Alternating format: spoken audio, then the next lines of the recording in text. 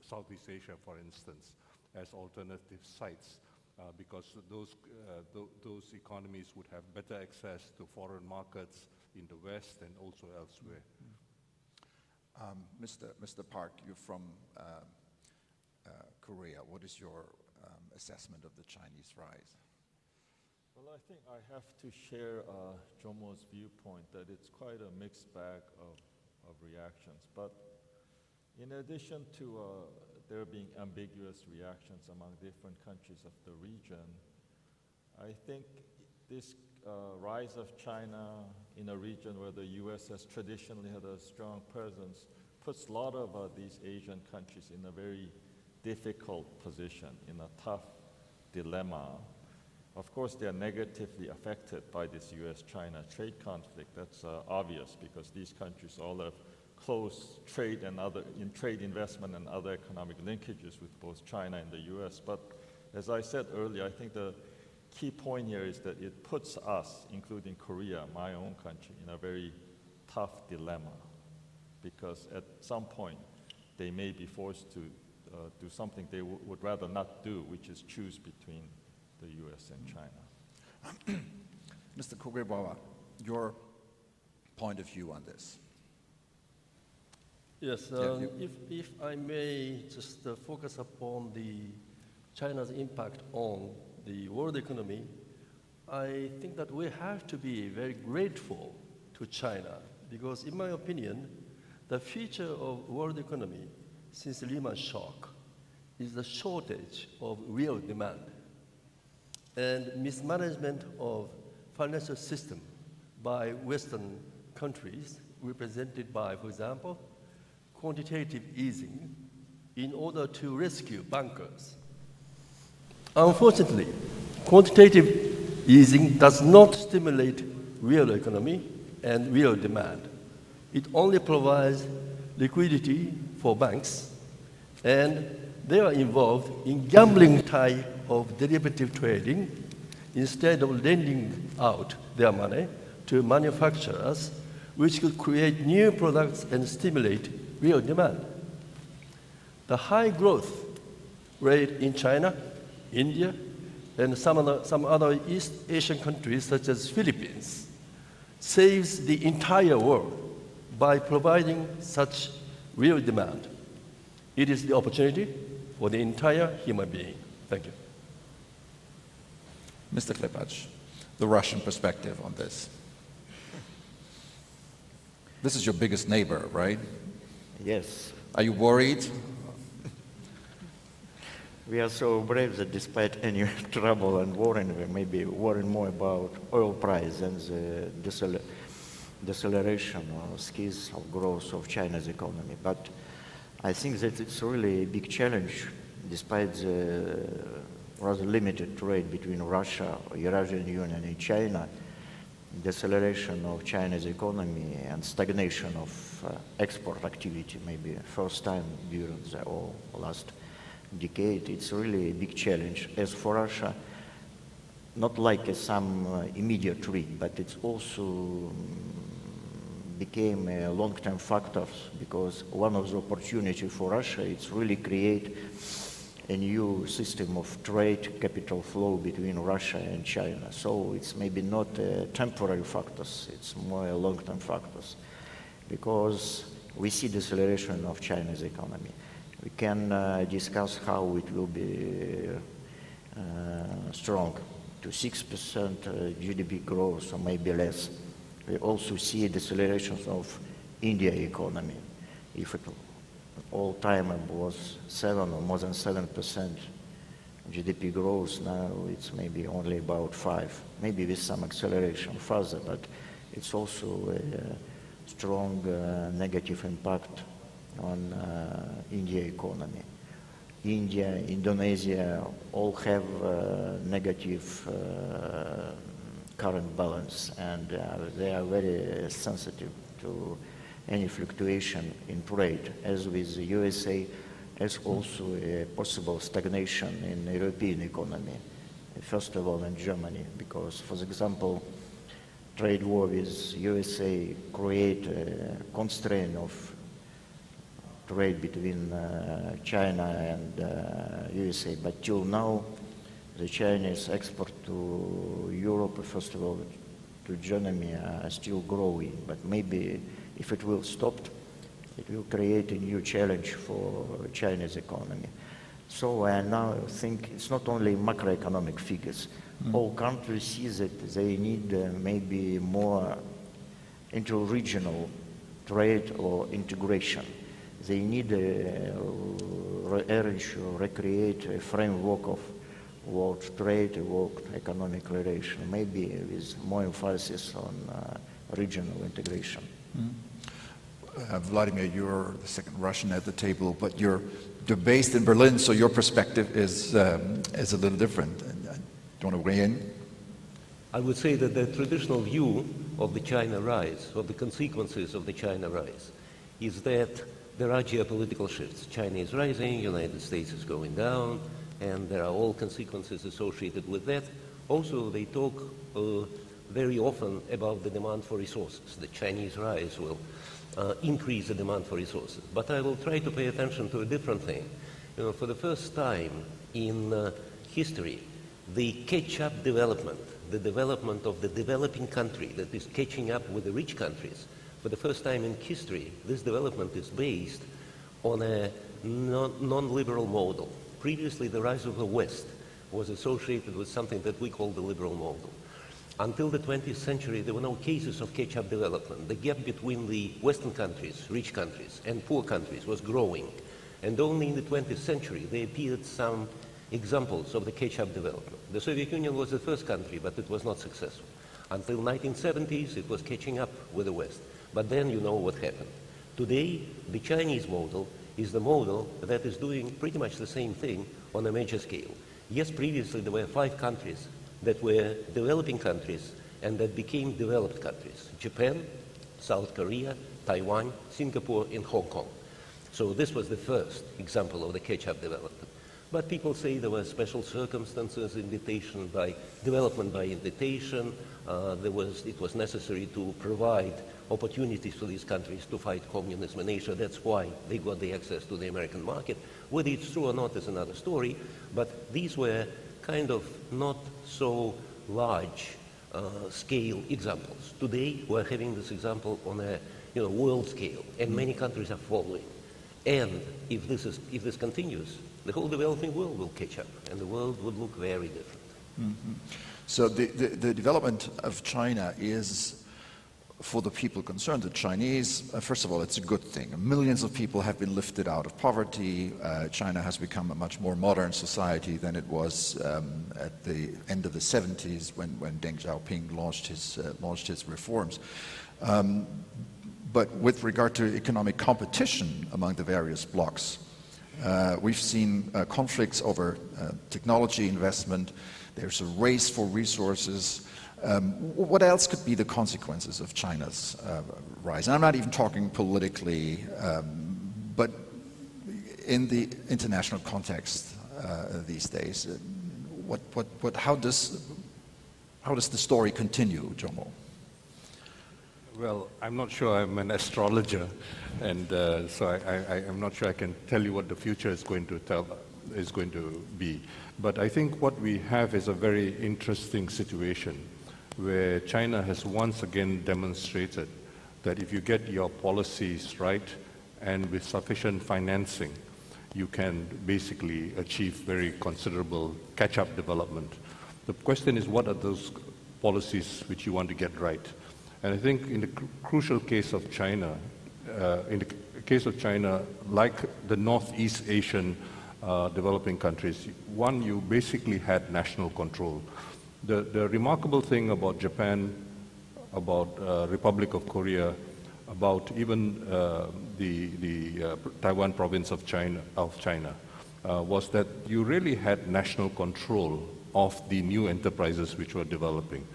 Unlike in Southeast Asia, where it was largely left to foreign companies to provide that leadership. And the significance of national control is basically you are in a position to determine when and how you develop. Whereas when you're just trying to plug into what are called value chains, you are basically at the behest, your development is at the behest of the foreign investor. When the foreign investor decides that the costs of production, etc., are too high in your country, they move on. They move on to a lower cost site, for example, Vietnam, Bangladesh, and so on and so forth. And this, I think, is the very important difference. I think as Vladimir tried to remind us, this whole question of catch-up development has been the most important question for the last 2 centuries. And even in the case of, there's a very popular Broadway musical called Hamilton. Unfortunately, the whole question of development doesn't come out very clearly there. But Hamilton basically identified in the late 18th century the conditions for which you built up the national economy in the United States. And it was only after the end of the Civil War that the conditions were ripe to promote manufacturing, particularly especially from the North. Because if the South had won the war, you basically would have an agrarian economy, not unlike, say, Australia in the United States. So political outcomes are very, very important. What some people call a political settlement is very, very important in terms of creating the conditions. Likewise, in the case of rapid growth in Russia from the 1930s onwards, and if we look back at many other situations, it is very often a political conjuncture which makes rapid growth possible. As in the case of Japan, both after the Meiji Restoration and then subsequently in the post-war period. And Western Europe's own recovery would not have been possible if not for the Cold War, creating the conditions by which the US policy changed from a less supportive to a more supportive policy with the Marshall Plan. And that Marshall Plan was also important, for example, in bringing about the agrarian reforms which made industrialization possible in Japan, in Republic of Korea, in Taiwan province of China, and so on and so forth. So all these things are extremely important, and we need to begin to better understand the interrelationship between the political and the economic in terms of moving the process forward. But I think that these are very, very interesting and very challenging times. Absolutely. You mentioned the United States. It took America at least one generation, maybe 2, to put in place a national banking system.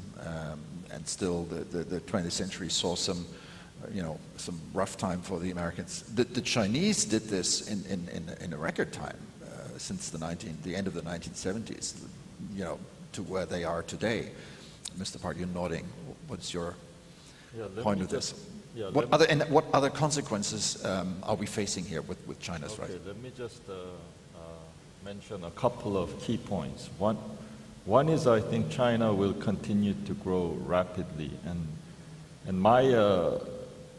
the reasoning or why I feel this way is somewhat different from most conventional explanations.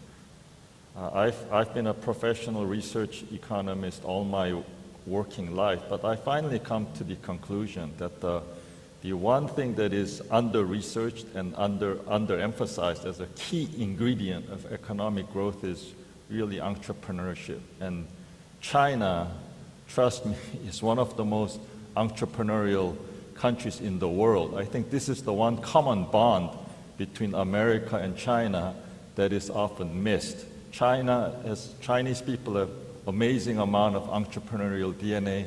So this whole notion of China as a model of state capitalism is completely misguided. Virtually all of China's job growth, wealth growth, income generation, economic growth has been driven by the private sector and by entrepreneurship. So, and then if you do a survey of university graduates, graduating college graduates of Korea, top universities, Japan top universities, China top universities by McKinsey or one of these other top international consultancies found that the answer was very simple. Do you want to start your own business? Korea, the answer was like Seoul National Yonsei Korea University, the top university, so it was like 8%. Japan, predictably, was even lower, like 3% for Tokyo University, Waseda, Keio. But China, the Beijing University, Tsinghua University, Fudan University, the very top elite ones, 70%. So this is why I'm firmly That's amazing, convinced yeah. that this 21st century, more than ever, will be the Chinese century, even more specifically rather than just the Asian century. But in respect to directly to your question, and I'll be brief on this, the future evolution of China's rise, I think precisely because of this conflict with the U.S. and then U.S. trying to shut China out of the global stage. So China is forced to diversify, right? It's forced to, in a way, assume a bigger leadership in the global stage, in the world stage. For that reason, I see China, for example, AIIB and BRI becoming more responsible, so to speak, for example, investing more in environmentally sustainable projects, greener projects. So I think this U.S.-China trade conflict, perhaps in a perverse way, will force China to assume a greater global leadership role and become a more responsible global leader. Yeah. I want to pass this point on to Mr. Kogiwawa. Yesterday, Donald Trump announced phase one of a future trade arrangement with China. Well, we don't know what it contains yet or whether it comes to fruition at any point. But what Mr. Park just said is this challenge for China, this trade war with Trump that will end at some point, at least when he's no longer in office. What are the consequences of that for China? Is it a creative destruction for the Chinese? What's your point? Before getting into that topic, I would like to just mention two things. Yeah. Number one is in 1980s, when I worked for the Ministry of Finance, this kind of topic was raised many, many times regarding Japan, not China. And because of that, I was involved in the bilateral negotiation with the US government 3 times for 15 years. So that's a kind of change. And I basically agree with the views of Mr. Park and also Mr. Sundaram. But one thing I'd like to just comment is, when we talk about some kind of the intervention or the guidance or the leadership of the national government, it does not mean, in the case of Asia, just to put government money into those companies. Instead, the government showed the guidelines and also the future prediction within a very short period where the world industry is heading for. And it's up to private companies to follow or not. So it's not the direct intervention. And if you look at United Kingdom, after Lehman shock, all of their major banks has been nationalized. So there's no difference between nationalized British bank and national the Chinese banks which have where the Chinese government have stocks. So and then and you said and I believe that there are 3 areas of conflict between China and United States now. The issue number 1 is trade. This is a big one, and which would affect the entire world. And these 2 countries recognize that their failure, if they will fail in their negotiation, that will affect the world economy. So yesterday, they just reached the partial negotiation agreement, because they don't want to reach the final agreement, because the presidential election in the United States next year in November is in their scope. So China side would like to use this card towards their election. And also, I think Trump would like to use this card for getting more votes. So that was the main reason why they reached the partial agreement. And the second issue is the military. And in China, actually, people in the government welcome US pressure, because without US pressure, they cannot control their People's Liberation Army. So my counterparts in Chinese government, they got a very hard time under Obama, government, because Obama never put any pressure on China for 8 years. So there was no way for the Chinese government to control PLA. That's number two. So this issue stands, but when negotiation would start, it will be very easy to reach agreement. The third issue is most dangerous and most serious. That is IT. People don't know, but the area of industry which loses the largest numbers of jobs in the United States is Silicon Valley. Jobs are moving from the United States to Shenzhen area in China. So United States has no intention to allow this. So they intend to destroy IT industry in China completely. So this will be the major area of fight. Thank you. Mr. Gephardt. Oh, you don't need this. You have it. Yeah.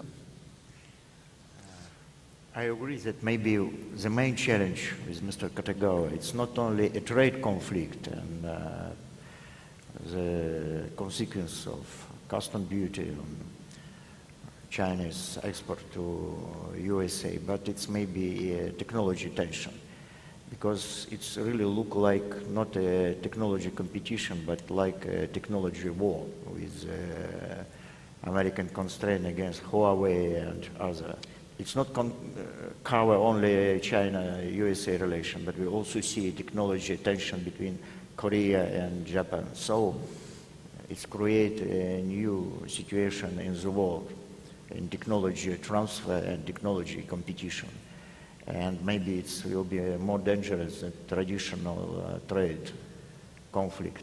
But what is important that China really became very competitive, not only in traditional market, thanks to low wages, because now it's not a main competition advantage, but first technology. 10 years ago, R&D defense in China was about 1% of GDP, now 2 or more. In 5G technology, many ITs, electronics, China became one of the leaders. Also, they have a very interesting position in medicine or biotechnology.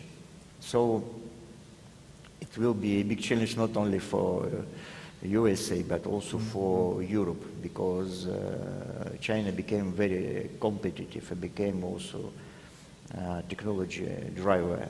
For Russia also it maybe create some window, because we can cooperate, and we really cooperate, not only in the military sphere, but also in some civil area of high technology with China, because due to the sanction it was blocked with USA or Germany, not fully, but generally. Maybe also one point, I agree with Mr. Park about that Chinese entrepreneurship and private sector as a main driver. And Chinese really create a very strong spirit of entrepreneurship, maybe more strong than we traditionally think about Protestant ethics and so on. But in the same time, I think that one of the competitive advantages of China is that government not only can stimulate economy, as we can see now, by some easing of monetary policy or decreasing taxation, but Chinese also have a knowledge of some strategic maneuvering, which are very important for infrastructure development, because during the last 10 years they really create industry and network of higher speed railway. It can be based only on strong government support. So such mixture of entrepreneurial spirit and also strategic government regulation or planning is really one of the maybe main competitive advantage of China, and also experience which China can export it. That entrepreneurial spirit that you mentioned and that you pointed out again, could that be an asset when China transitions from an investment and export-based economy towards more domestic consumption? This is what many people say China needs to do. We don't know how painful this process will be, but are the fundamentals there can China weather that storm? And I'm not talking about Hong Kong and other domestic problems. You know, if you look at the economic data, that transition is already well underway. And in any case, China was, contrary to popular misperception, China was always largely continental, unlike Japan or Korea or other Asian countries. It was always a continental domestic demand-based economy to a large extent. So I think we do have to clear up that misperception. I mean, let me just give you one example. During the global financial crisis, right, which was created in the U.S. 2008, 2009, everybody was saying, oh, because the world economy was going down and U.S. growth was, U.S. was going into recession, U.S. economy shrank, contracted, as did the world economy. Everybody was saying, oh, China, they were growing by 7, 8, 9, 10% for so long, but that's because they exported so much, and then their export markets are now in big trouble, so Chinese economy will be in big trouble.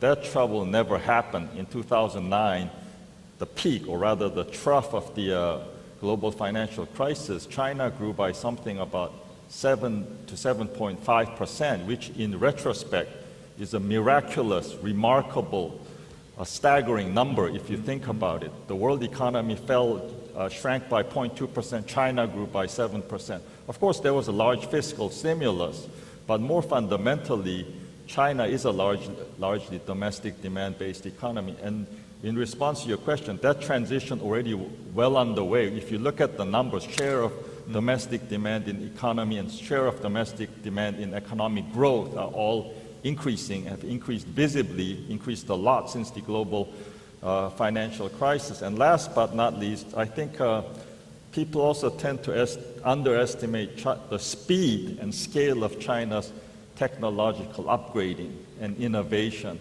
For example, in terms of the IT innovations, it's true that China, until quite recently, largely second-rate imitations of U.S. IT products, whether it be Facebook or whatever it may be, like Google, right? Baidu is still an inferior version of Google, as we all know. Having said that, China now is producing a lot of highly innovative IT products, IT services. For example, even The Economist, which I respect enormously for its objectivity and balance, an article there said China has a much better version of this Uber service. I think the company is called Didi Chunxi or something. It's a ride-sharing app. So very, very innovative and very geared toward domestic demand. That transition from dependence on exports to dependence on domestic demand well underway. And furthermore, more fundamentally, China has always been a largely domestic demand-based economy. Jomo, do you agree? Well, one can't disagree with basically anecdotal stuff. But I think one crucial issue which Kotegawa-san raised earlier is the whole question of financing and how the international circumstances have changed in the recent period. Basically, what we saw was, what enabled East Asian growth is that Japan kept interest rates very low from the 1950s onwards. And one of the hallmarks of the dictator Park Chung-hee was what Western economists call financial repression, which basically meant keeping interest rates low. So these were both very crucial for enabling the intermediation between savings and investments, which enabled very rapid growth, very rapid expansion during the earlier period. Likewise, you find this in other situations as well. But what has happened is that there was a certain degree of hubris, and from the 1980s, the securitization became the vogue in many parts of the world, including Japan. And then you had the Big Bang at the end of that decade. And basically, the intermediating role of finance was broken. And in a sense, for the last 3 decades, if one looks at what has happened to Japan, Japan's growth has been lackluster. to say the least. And partly it's due to this. I'm not saying it's the only factor. And Dr. Park has mentioned some other factors which are extremely relevant. But that, I think, is important for us to understand, because unfortunately this move towards universal banking has become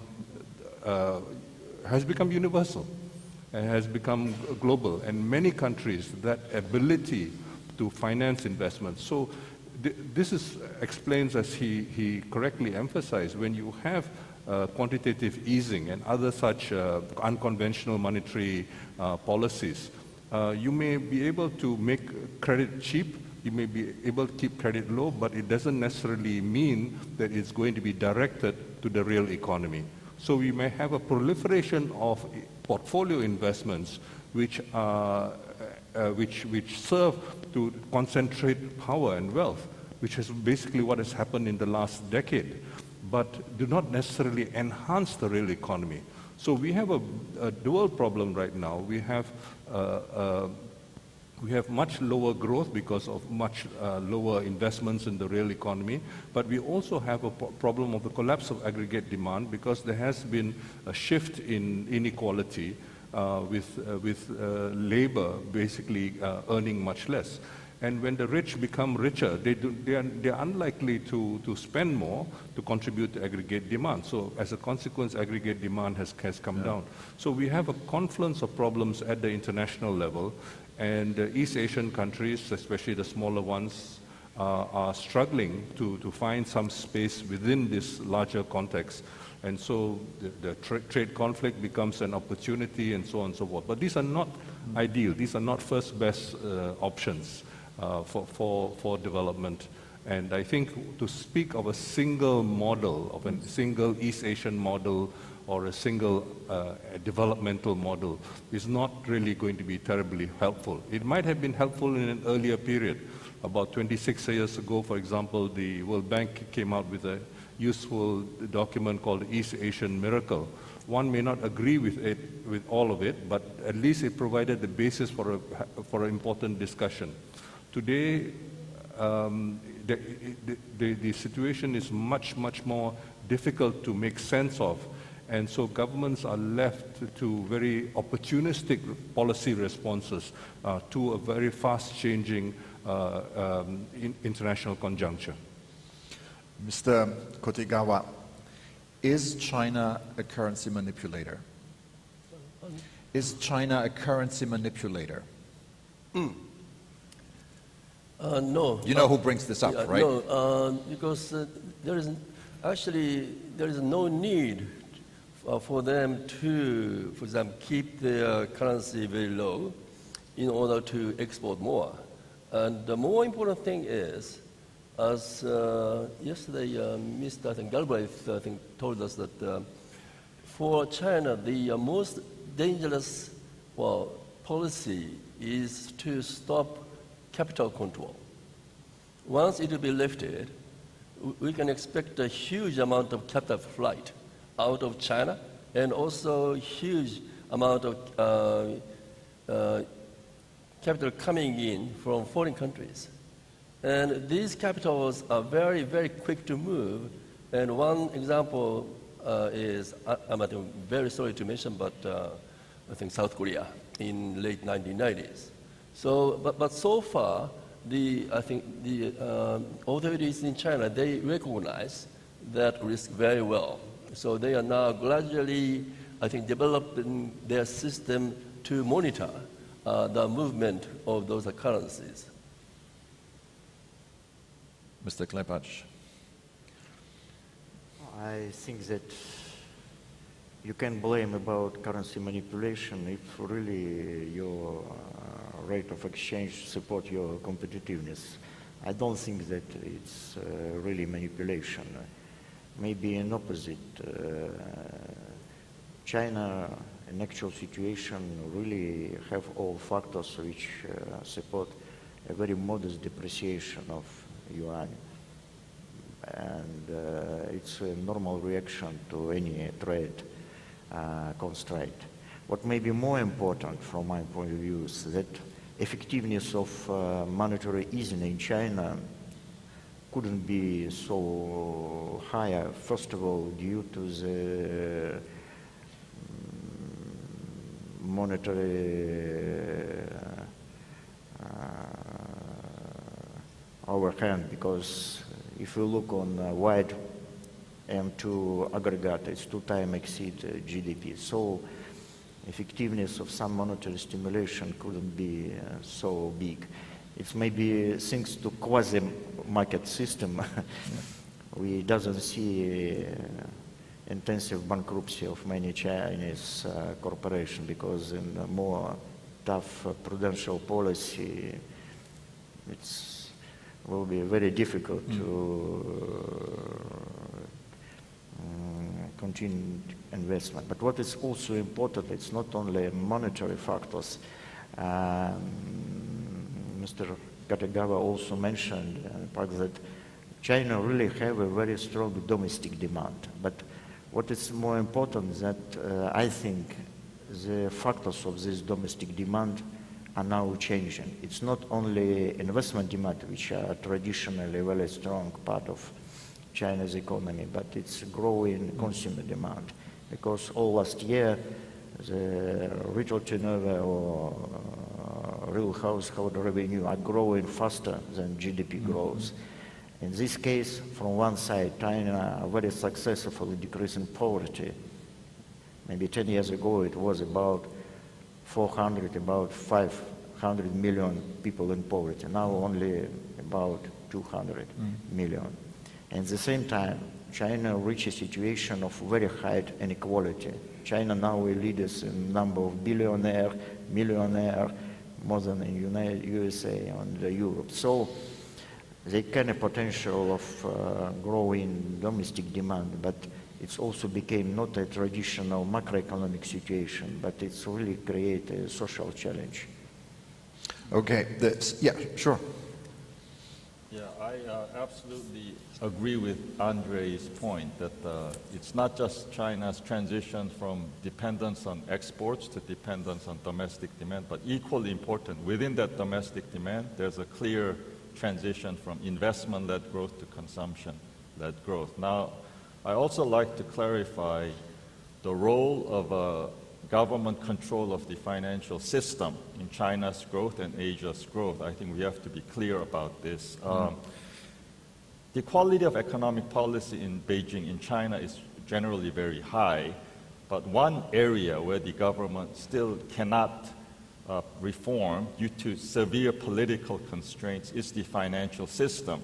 So what's basically happening, or has been happening for many, many years, is that state-owned banks, right? China's biggest banks are all state-owned, channeling too much cheap credit to state-owned companies and starving private sector entrepreneurs of much-needed credit. Of course, if that is reform, of course, that's difficult to reform, because shutting down or reducing state-owned enterprises, that's difficult even in Western countries, in any country, let alone China, right? So, of course, it's much easier said than done. So I clearly understand why Beijing authorities have a lot of trouble doing that, implementing that reform. But I think if China were to implement that reform and allow more capital and credit to flow to the private sector rather than these inefficient state-owned companies, that would make China's growth even higher and entrepreneurship blossom even more. All right, the second giant in Asia is, of course, India. And India and China were, for much of the 20th century, at par, roughly. And if we look at the numbers, I have them here, from 1978, the per capita GDP of China and India was just below $1,000 US, almost identical. Now today, China's per capita income is about 4.6 times higher than that of China. Simple question, what can India learn from China? I know it's different tradition, different economic fundamentals, different history. Yeah, I have very clear views on this. Well, let me start off by saying India is now growing faster than China, but that's no cause for celebration. India is a much poorer country than China. India should have been growing faster than China and significantly faster than China many, many years ago. So all these Western journalists and media jumping up and down that India is now growing faster than China. They're missing the point. The point here is Well, it's not true, obviously, India's right? failure for so Yeah. many years, failure relative to China.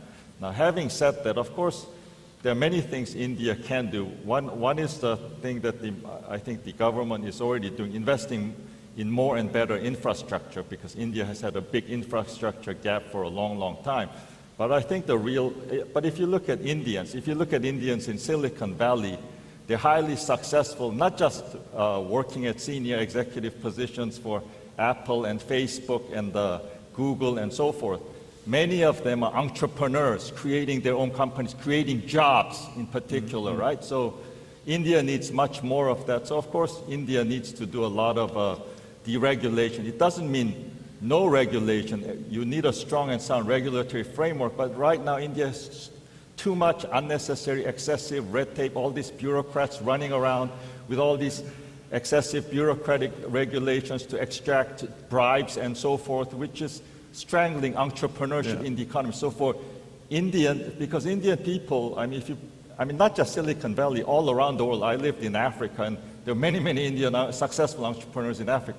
Just let that kind of entrepreneurship blossom by reducing all this unnecessary red tape. And in my view, this current government, they've done some good things, but on this regulatory front, or more precisely, deregulatory front, they need to do a lot more. Is India's economy not diversified enough? Yeah. In this context, I would like to explain our policy in economic assistance. Maybe this is my own personal policy, but when I came back from the World Bank in late 1980s, basically Japan then extended the huge amount of very cheap interest loans to China and other Eastern Asian countries. And mainly we focused upon constructing infrastructure. The reason is the basic principle of the Western economic assistance was on, I think, the notion of charity. So they used only, I think, tax money. But those tax money was too small to construct those kind of economic infrastructure. So, for example, in the case of China and some other Eastern, I think, Asian countries, we built railroad, roads, and airports, ports, and hydropower plants, many of them. And why? If those infrastructures are built, then foreign companies, including Japanese companies, were ready to shift their manufacturing from homeland to China or other Asian countries. And this actually matched our national policy because if you recall, in 1985, suddenly the value of Japanese yen was doubled because of the result of the negotiation with the United States. So suddenly the labor cost in Japan jumped up, I think, 100%. So all Japanese companies were seeking to find the place where they can manufacture at a reasonable, I think, labor cost. And the first country which accepted those Japanese companies were actually Malaysia. And in 1990s, for the whole 1990s, Japan almost became empty. All factories went to China and other Asian countries. And this helped to close the gap between the rich and poor. Because when foreign companies go abroad and hire people, naturally they hire the cheapest wage people. But you may ask me, why then is there a big gap in China, the rich and poor? Those rich in China, they were the people who are not involved in manufacturing. They became rich taking advantage of the very nice access to their government authority, especially in the area of real estate. So this is a completely different movement inside China. And by the way, the big difference between Russia and China, China was defined as a developing countries. So Japan was able to use ODA budget, which was huge. But in 1991, unfortunately, Russia has been defined as an advanced country. So we were not able to use our ODA money to build economic infrastructure in Russia. Thank you. All right. I now would like to open it up for questions from the audience. I think we have a microphone somewhere. So please, ladies and gentlemen, keep it short. Tell us who you are and who you work for. And then we can go. I know it's tough on a Saturday morning, but I can hardly see you. I can't believe you don't want to ask a question here. We have this is a once-in-a-lifetime opportunity here with all these experts. Well, you can think about it, but Jomo, you want to add to this discussion we had here, India, China? Yes. Actually, the second largest Asian economy is Japan. But I think it's still important. It's not completely out of the game, but I think it's important for us to remind ourselves about this. But let me come back to the question of the exchange rate you raised earlier, because I think China, when China opened up in the 1980s, it soon ran into some fairly serious problems, especially with Tiananmen. Its exchange rate went all over the place. And so after Tiananmen, they basically pegged the currency to the dollar. Okay? And before that, there were multiple exchange rates and all kinds of systems and so on. After pegging to the dollar, the Chinese economy continued to grow at a robust pace. And as a consequence of that, the Chinese renminbi probably should have appreciated if it was a free float. But because it was pegged, it continued to peg at that rate. By the early part of this century, there was a great deal of international pressure from the other economies, particularly from the US and so on, and the accusation that China was involved in currency manipulation. So around the middle of the last decade, China basically allowed the renminbi to appreciate, and it appreciated fairly rapidly. And by the beginning of this decade, many people would argue that the renminbi was probably overvalued rather than undervalued as it had been before.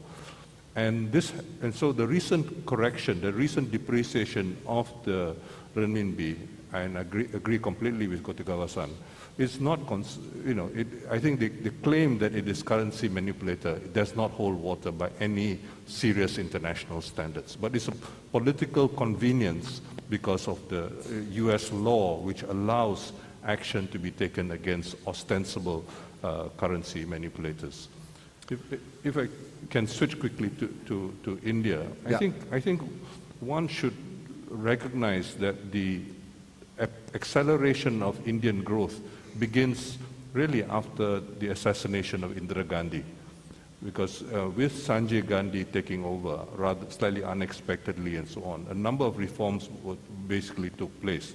And so even before the much heralded reforms associated with Manmohan Singh at the beginning of the 1990s when he was finance minister, there were already reforms which were already beginning and the acceleration of growth. But I think one of the perverse problems which we see in India as well as in other developing countries, for reasons including what Dr. Park referred to, is a preference for investing as a foreign investor in your own country. So you have a lot of what is called round-trip investments from China to Hong Kong and elsewhere, and back into China, likewise from India to Mauritius and then back into India. And so you have a situation where in many developing countries, there's a privileging of the foreign investor, which is now being strengthened by this thing called investor-state dispute settlement, which confers on powerful transnational corporations the ability to hold governments to ransom. And this is a feature increasingly of many so-called free trade agreements, which are hugely problematic. And this is why, for example, some of us are really skeptical about this so-called comprehensive and progressive agreement for the Trans-Pacific Partnership, which is essentially an attempt to keep the TPP alive. But the TPP was conceived of essentially as a part of the encirclement of China. So we have, the politics and the economics sort of, interfacing with from a particular period in time, and then, having consequences thereafter. In the case of the ISDS, one of the reasons cited by Lighthizer, the USTR now for President Trump, is that the ISDS would allow the US to be sued as well. And especially after the Obama canceled the pipeline to be built by TransCanada, the US is very vulnerable. It would probably lose such a case if it ever went to adjudication. And so the stance of the Trump administration is actually quite sensible and pragmatic given the circumstances they find themselves in. But the rest of us are now living with the consequences of this ISDS, which is seen as almost sacrosanct as a feature of free trade agreements. And this, I think, is hugely problematic. So, I think it is extremely important for us to begin to draw some real lessons from the East Asian countries, including Japan, Korea, China, and so on, and to recognize that certain things are conjunctural. Certain things may work in a particular period of time or in a particular context, but may be irrelevant or even counterproductive in a different context. And I think this is the challenge of thinking about development policy in a dynamic fashion. Yeah, interesting. About India. Yep. And you want to say something on India? Maybe after. Okay. What Mr. Rom talked about the death of Indira Gandhi is very important, and also I think it is very important to recognize that Indian economic growth model was very unique until 2014 because it was focused upon service sector, especially those kind of the telephone operators. So those days I didn't appreciate their growth because always I told my friends, have you ever seen any products made in India? Nothing. And then in 2014, Mr. Modi changed that rule completely. He said, look to the east. He put focus upon manufacturing. So now the change has started. Your comment. Yes. We do have some questions. Wow. Guys, we're running out of... Okay, I let Andre comment briefly, and then we go to questions. Yes. The Indian potential growth are very attractive, yes. But at the same time, I think India are much more fragile than China. Not due to the system of management, but first of all, also a more weaker financial system. The budget deficit about 7%, more than 2 times higher than in China. Also a big problem in education. Yes, from one side we see Indian elite in Bangalore or in many worldwide company or organization, but the average level of education for people in India are very weak as a healthcare system. So they really have a very big, it's not only pure infrastructure, but it's a problem with human capital, which can be a strong impediment for growth. Second point, we focus on India and China, but what, from my point of view, are really maybe most attractive, interesting, and challenging, it's a fast growth of Indonesia, which very fragile, many crises, but potential are very high. Vietnam, it's enormous growth with export orientation, with big entrepreneurial activity inside country. Also Russia, or not choice of Russia, but we are a member of Eurasian Union. We have a free trade agreement with Vietnam, and very fast growth with Vietnam, much faster than with China or any other country. It's really creating new opportunities, and South Asia may be the most development, I mean, not on the level of development, potential of development region in comparison with Africa or Latin America or so on. And also maybe we mentioned that China, a continental country with a very active external trade activity, financial activity, but I think that China with this project, it's their project, one built one road or built on road, it's only a project for some Eurasian integration. We see a so-named Shanghai Organization of Security, but now also with some co-integration with Chinese project Belt and Road, it can transform also to some economic union, not only TPP agreement, which can maybe not so successful due to Trump opposition, but I think we in the beginning of some new Eurasian integration union, maybe on the base of Shanghai Organization, maybe other one, but I think that in the nearest future we will see a new configuration of integration union in Eurasian space. Okay. All right. Now, who has the shortest question? No, I have this. This is a lady over there. I can't. Yes.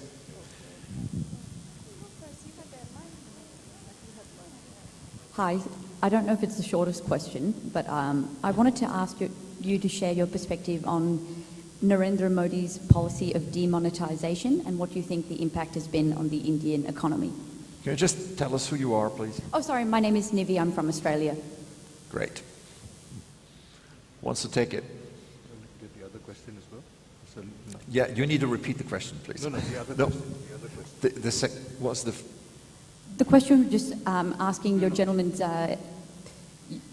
your perspective on the impact of demonetization, Narendra Modi's policy of demonetization in India, which he implemented a couple of years ago. So what impact do you think that's had on the Indian economy? Do you think it was a good idea in hindsight, or could it have been done differently? It's exchange of the banknotes, I guess. Are you talking about the exchange of the banknotes? Yeah. Who wants to take it? Vladimir, maybe? Jomo? I think, as you very well know, the debate is still ongoing. The BJP obviously claims a great deal of success with the demonetization policy. It claims to have eliminated money laundering or some money laundering, reduced money laundering, and so on. The evidence for this is actually very, very limited.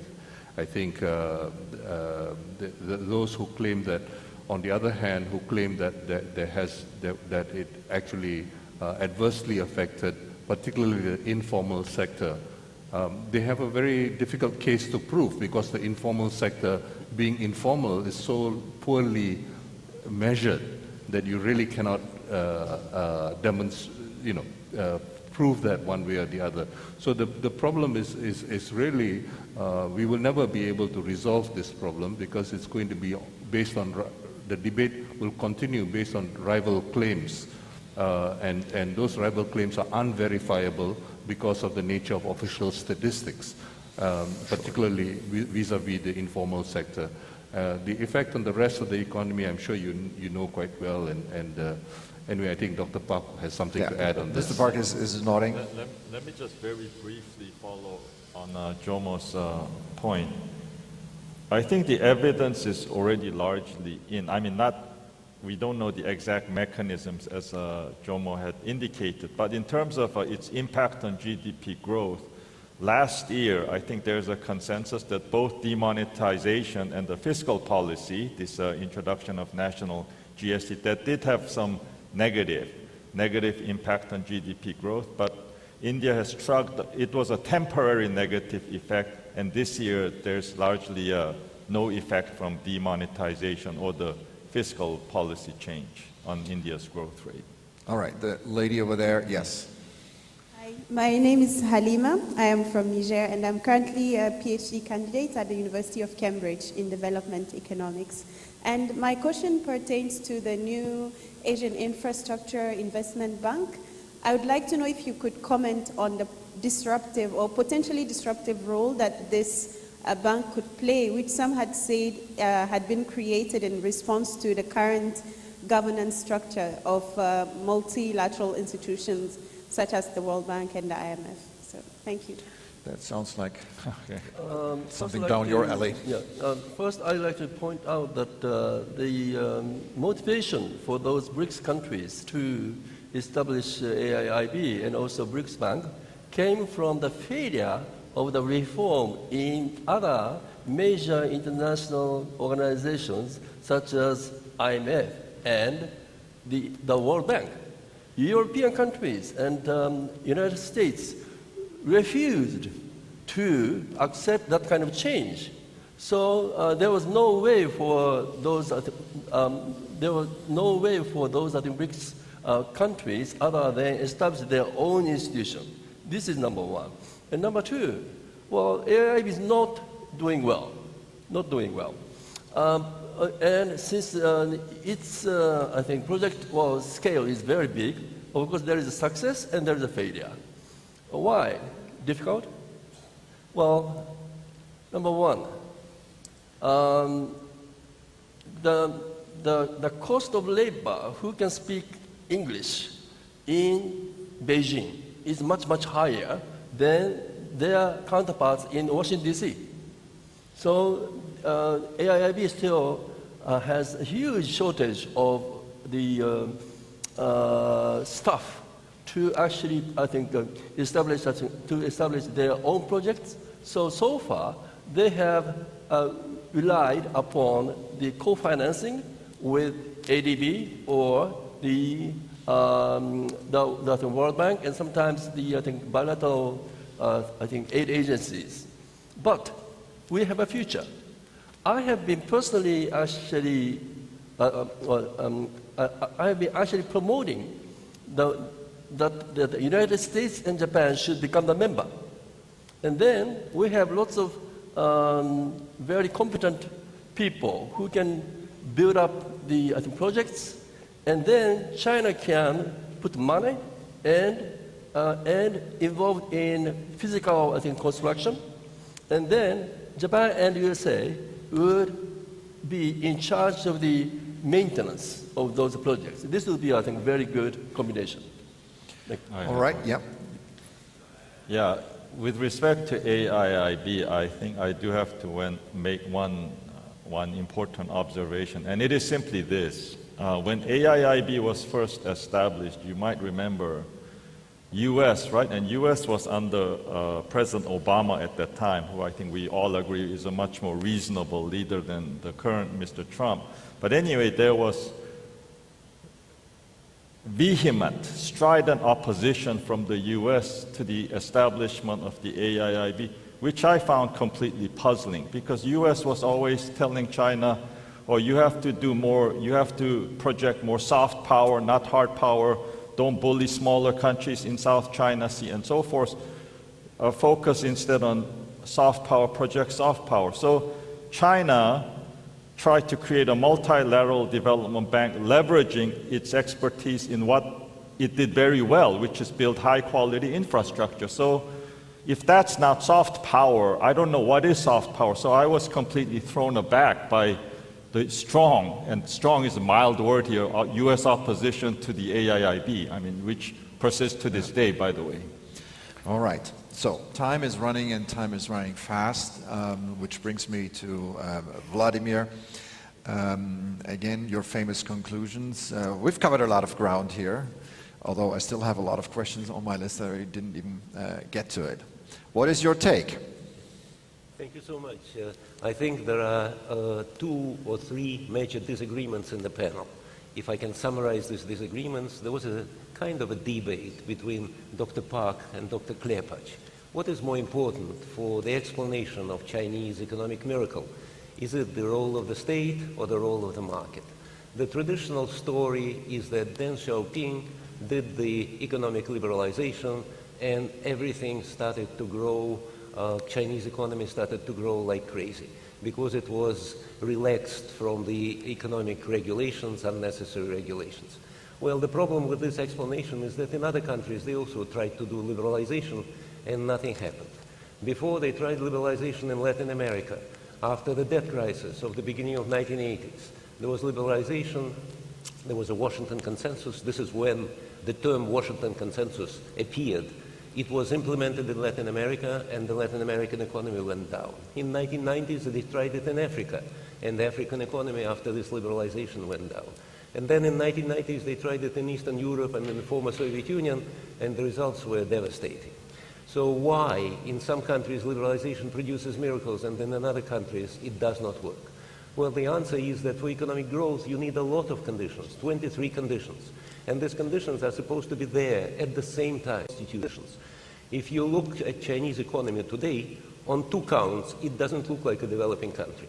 Well, on several counts. Of course, if you look at education and at life expectancy, it is higher than it is in developing countries of the same level of development, of the same GDP per capita. But also, if you look at the institutional part, the number of murders in China per 100,000 of inhabitants is at the level of developed country, at the level of Western Europe, 1 per 100,000 of inhabitants. In other countries, it's 10, 20, 30 in Latin America. And shadow economy. In other countries, in other developing countries, the shadow economy is 50%. In China, it is only 20%. And this is the level of developed country. So China, in time of communism, of Mao Zedong, created strong institutions that ensured that the orders from the top could have been implemented in the whole country because of the party organizations that existed in every village. And the strong institutions allowed China, once it had a little bit of liberalization, to produce an economic miracle. This is the chemistry that worked. It's like a good cook. The good cook, when the good cook is creating the culinary masterpiece, he puts the exact amount of pepper, the exact amount of cinnamon, the exact amount of all the ingredients. One small mistake in one single ingredient, and there's no miracle, there's no chemistry. So in China, everything was there already. Thank you, Mao Zedong, Chairman Mao, for creating these preconditions for economic growth. And once you introduce a little bit of liberalization, you have a spark and everything grows. This is the first disagreement. Maybe this explanation will be accepted by all the members of the panel. And the second disagreement, I think, is about the slowdown of Chinese economic development in recent years. Yes, now, Chinese economic growth is only 6%, the lowest in recent 30 years. And the question is it due to policy or is it the natural situation? Is it due to circumstances? Justin Lin, the famous Chinese economist, the previous chief economist of the World Bank, Lin Yifu, his Chinese name is, make an argument that the slowdown in Korea and in Japan occurred at a much higher level of development, at a much higher level of GDP per capita than it is now occurring in China. So he said China is not going to experience a slowdown. 6.5% is our goal for the next 20 years. There are other economists that say when you shift from investment to consumption, you should expect the decline in economic growth rates. There's no country in the world that experienced the decline in investment, in the share of investment in GDP, and the acceleration of growth.